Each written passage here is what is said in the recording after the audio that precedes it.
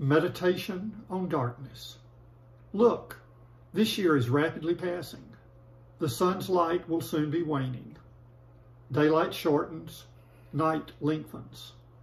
All living creatures of the northern hemisphere, human creatures, plants, animals, rivers and streams, even the soil itself, will all draw inward, moving into the time when darkness rises. The time of holy darkness is God's time. Even the darkness is not dark to God. The night is as bright as the day. It is we living creatures who need the dark.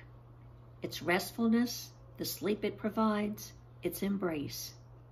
In the fertile darkness God creates womb, egg, seedling, fruit. The living thing, silent and restless, burrows into the nurturing dark. We wait in hope for what will be born. The time of darkness is full of terror. Darkness is not a time of rest for all. It can also be a time of fear. The thief, the murderer, the rapist, the batterer, the abuser, they too come in the night.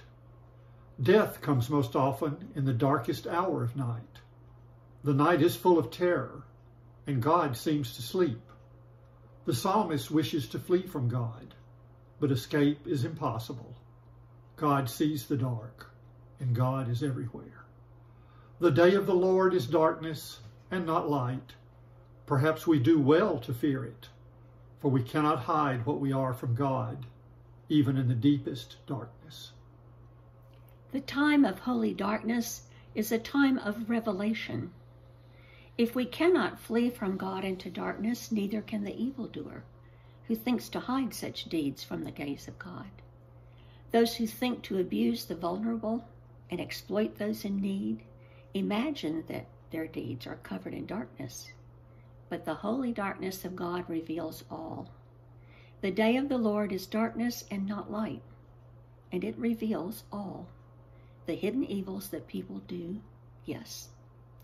And it reveals also the wonders of creation at work in secret, in the fertile darkness.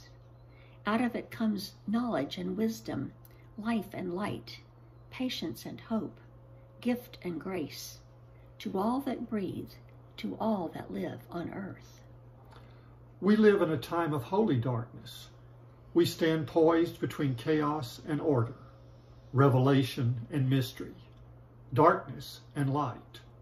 We imagine that perhaps we must choose dark or light, chaos or order, clarity or mystery.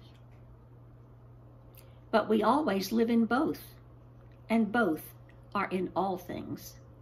The darkness is growing now, but it does not extinguish the light. The light will approach, but it is always wrapped in darkness.